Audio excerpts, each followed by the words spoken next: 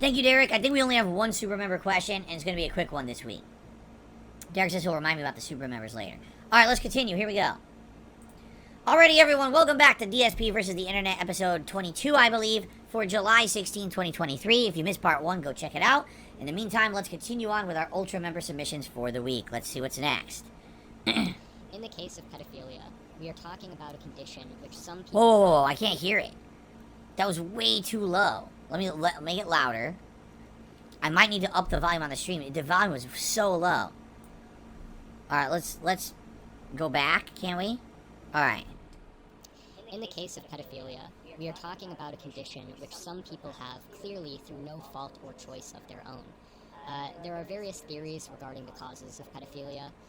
Some experts claim that the causes are neurodevelopmental. Differences in the brain structure of pedophiles have been noted, such as frontocortical differences, decreased gray matter. There's also evidence that pedophiles often have the attraction that they do because they themselves were abused as children. So, pedophilia is likely caused by a variety of neurological causes, as well as environmental and developmental causes related to things like childhood stress and trauma. Furthermore, pedophilic attraction is not something that pedophiles can simply will out of their minds. Even with professional help, decades of research has found that pedophilic attraction is not something that can be cured. Rather, therapists have instead turned towards helping pedophiles resist their urges because they realize that they can't get rid of them completely. So, my basic point is this, right? We can only hold people morally responsible for things which they have control over. In the case of desires which people have no control over, while they can be held morally responsible based on how they respond to those desires, we cannot hold people morally responsible for having the desires themselves. The point here is that we shouldn't blame non-offending pedophiles, because it's not their fault that they're pedophiles. They can't control their desires, they didn't choose to have their desires, and if they haven't acted on their desires, they haven't done anything morally wrong or blameworthy, and so by no reasonable moral standard can we say that they deserve to suffer. To make this point more intuitive, imagine... Well, I got a couple questions, even just before we even get further in. Number one, who out there is saying, and I'm not even talking just pedophilia, but in general, let's say people have bad inclinations, bad thoughts in their head, okay? So people are saying outright, like, they should be morally wrong for having those? Like, how do you know what's in someone's head to begin with? That's weird to me. Like, so we know... you know what I mean? Like, if you're going to say that something's morally reprehensible, usually the reason you know it even exists is because someone has acted upon it, correct? If something is in someone's head, you don't even know it exists.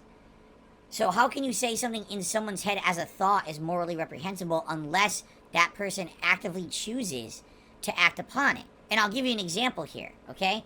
There's some people who have awful, awful, awful thoughts in their head that they can't control. It's not their fault. It's mental illness.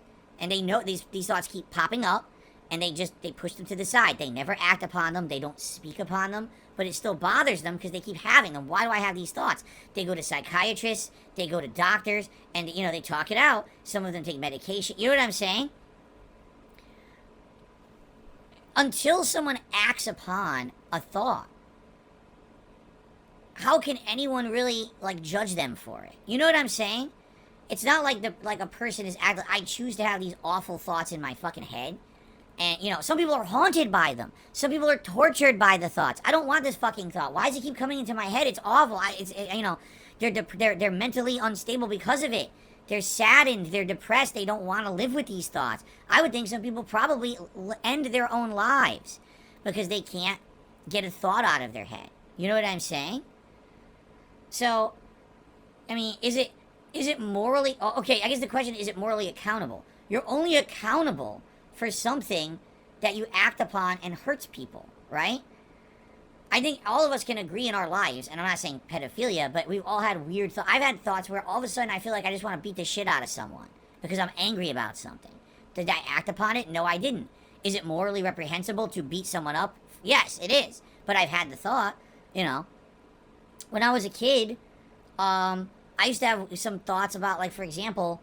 You know, and now it's different. But when I was a kid, like, I'd be sitting there in my room, and my window's open, right? And it's the middle of, like, a spring day. and there'd be like a loud ass bird right outside of my window. I'd be like, I'd be angry. Shut the fuck up. I could strangle that bird.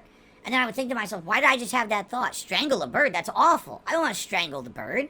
The bird's nice. It's a piece of nature. But in the moment, you have a bad thought of something awful. Should you be held morally accountable because you had a thought like that? You know what I mean? At one point, do the thought police come into play here? And like, I can't just think of something. You should be able to think as long as you realize after the thought occurs, this is not a thought that should continue. This is a thought I don't want to continue. I don't want to act upon it. So just because someone ends up having an awful, disgusting thought or a bad thought that they know is wrong, I don't think that they should be held morally accountable. It's if you continue to entertain those thoughts that you know are going to be harmful to others, or even yourself, or both, and then you act upon them. That's a completely different story. You see? So I don't even know, like, why do we even need to further the discussion?